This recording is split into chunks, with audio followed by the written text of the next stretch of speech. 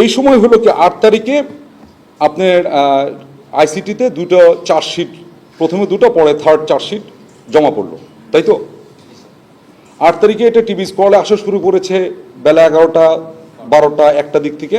তা আমি যেটা বলছিলাম, আমাদের ওই যে আমরা যে রুমে বোর্ডে কার্যক্রমের ভিতরে থাকি, ওখানে কোনো ইলেকট্রনিক ডিভাইসও যায় না, টিভি তো দূরের কথা।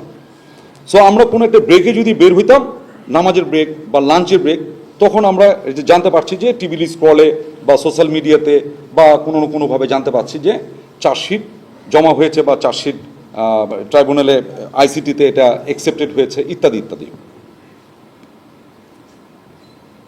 তো আমরা এরকম নামাজের ব্রেকে যখন বেরোয়েছি, দুপুরের লাঞ্চ এবং নামাজের ব্রেকে, তখন আমরা জানতে পেরেছি যে টিভির মাধ্যমে যে এরকম চার্জশিট প্রথমে 1-2, পরে আরেকটা শুনলাম যে 3 নাম্বার চার্জশিটও জমা হয়েছে। এবং চার্জশিটের ভিতরে আমরা জানতে পারলাম যে এইখানে একটা চার্জ হয়েছিল যারা গুম সংক্রান্তই, এটা হলো যে যারা ডিজিএফআইতে কর্মরত ছিল তাদের একটা বড় অংশ এখানে জড়িত ছিল বিধায় বা জড়িত আছে এরকম একটা অভিযোগ। আরেকটা আছে র্যাবের টিএফআই নিয়ে, এবং আরেকটা ছিল সেটা 5 আগস্টের রামপুরা ইনসিডেন্সের উপর ভিত্তি করে, তাই তো? ঠিক, এটুকু তো আমরা সবাই জানি। তো এইটা ঘটার পরে যেটা হলো, ওখানে কতগুলো কথা বলা ছিল, যেমন ধরেন সাথে সাথে ওয়ারেন্ট অফ অ্যারেস্ট ওয়ারেন্ট যেটা, সেটাও ইস্যু হয়ে যায়। তো ইস্যুটার ক্ষেত্রে আপনারা সাংবাদিক, আমাদের থেকে আপনারা এটা বেশি জানেন। সেটা হচ্ছে যে এই ওয়ারেন্টে ইস্যু করে ট্রাইব্যুনাল থেকে, করার পরে এটা কার কাছে যায়? পুলিশের কাছে, আইজিপির কাছে যায়। তাকে একটা ডেট দেওয়া আছে, 22 তারিখের ভিতরে এটা তাকে এই কার্য সমাপ্ত করতে বলেছেন। আর এখানে অনুলিপি হিসেবে, অনুলিপি পর্যন্ত মানে ফটোকপি বা অ্যানাদার কপি, এগুলো কপি হিসেবে আমাদের বিভিন্ন অ্যাপয়েন্টমেন্ট যারা আছে তাদের কাছে একটা করে অনুলিপি।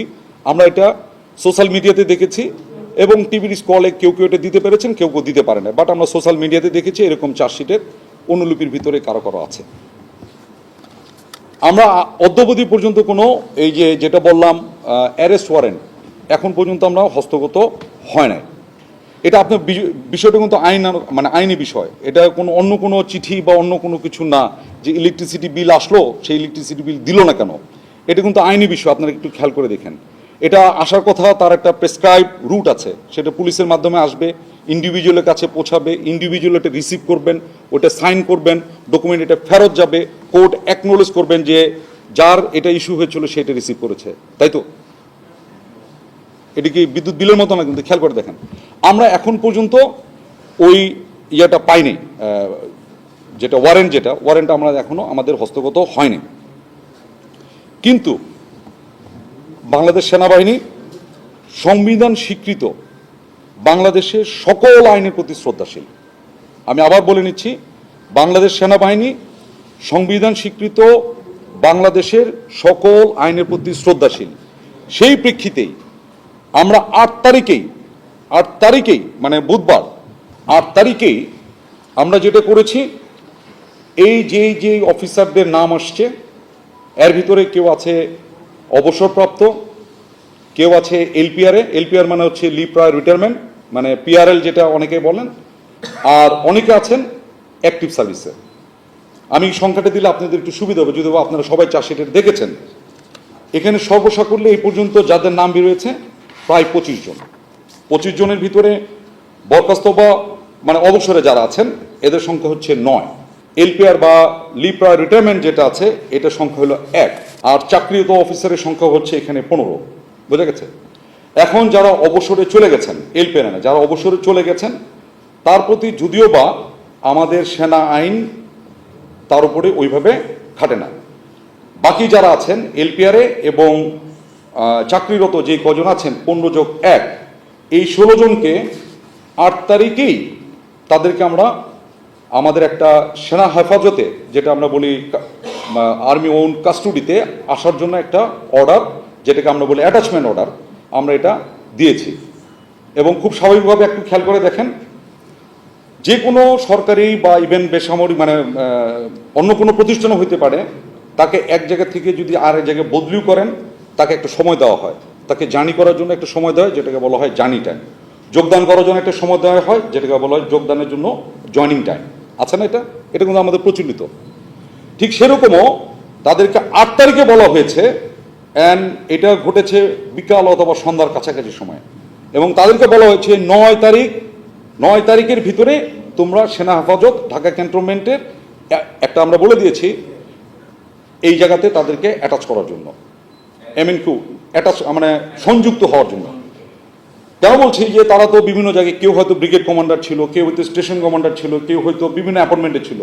এইটা তাকে ইমিডিয়েটলি ওই অ্যাপয়েন্টমেন্ট বা নিযুক্তিটাকে রিলিজ করে আমাদের সেনা হেফাজতে আমাদের একটা আছে, মানে মুভ অ্যান্ড কোয়ার্টারিং বলি, MNQ, এইটার আন্ডারে চলে আসার জন্য 9 তারিখে ভিতরে তাদেরকে আসতে বলা হয়েছে। এটি কি আমি বুঝতে পেরেছি? তো এখন আসি আমরা কেন এই সেনা কাস্টডিতে তাদেরকে আসতে বললাম, এটাও একটা ব্যাখ্যা দিয়ে দিই। আমরা এখনো ওয়ারেন্ট কিন্তু হাতেও পাইনি, ইভেন পুলিশও তখন আমাদের সাথে কেউ যোগাযোগও করে না যে একটা ওয়ারেন্ট ইস্যু হয়েছে। এটা social media is faster than anything, legal side to legal মতো যাবে, social media is faster than legal. So এটা আমরা জেনেছি এবং আমরা ওইটাতে স্বপ্রণোদিত হয়ে আমরা প্রথমে বলে নিয়েছি বাংলাদেশ সংবিধানের স্বীকৃত সকল আইনের প্রতি আমরা শ্রদ্ধাশীল। ঠিক সেই কারণে আমরা কিন্তু দেখেন পাওয়ার আগেই 8 তারিখে তাদেরকে নিযুক্তি চেক বাদ দিয়ে তাদেরকে বলেছে 9 তারিখের ভিতরে তোমরা সেনা হেফাজতে চলে আসো। এবং আপনি একটা বিষয় একটু বলে রেখে আপনি কথা শোনার চেষ্টা করেন, এটা বাংলাদেশ সেনাবাহিনীর এটা এজ ওল্ড প্র্যাকটিস। সেনাবাহিনীতে এইরকম এটার মতো না হলেও অন্যরকম বা এর থেকেও বেশি সেন্সিটিভ অনেক কেসের ভিতরে বাংলাদেশ সেনাবাহিনী 54 বছর পার করে আসছে। ওই সময়ও আমরা এরকম যাদের নামে অভিযোগ উঠে তাদেরকে আমরা এরকম হেফাজতে প্রথমে নিয়ে নিই, তারপরে তার বিচার কার্য শেষ হয়। সেটা আপনারা শুনেছেন, field general court martial, summary court martial ইত্যাদি শুনেছেন না? এই কোর্ট মার্শালগুলো বিভিন্ন প্রকারের কোর্ট মার্শাল আছে, এইগুলো সব শেষ করার পরে রায় যখন হয় তখন তার বিচারের রায় অনুযায়ী আইনানুগ ব্যবস্থা গ্রহণ করা হয়। কেউ বরখাস্ত হয়, কেউ জেলে যায়, কেউ ছাড়া পায়, কেউ ইত্যাদি ইত্যাদি।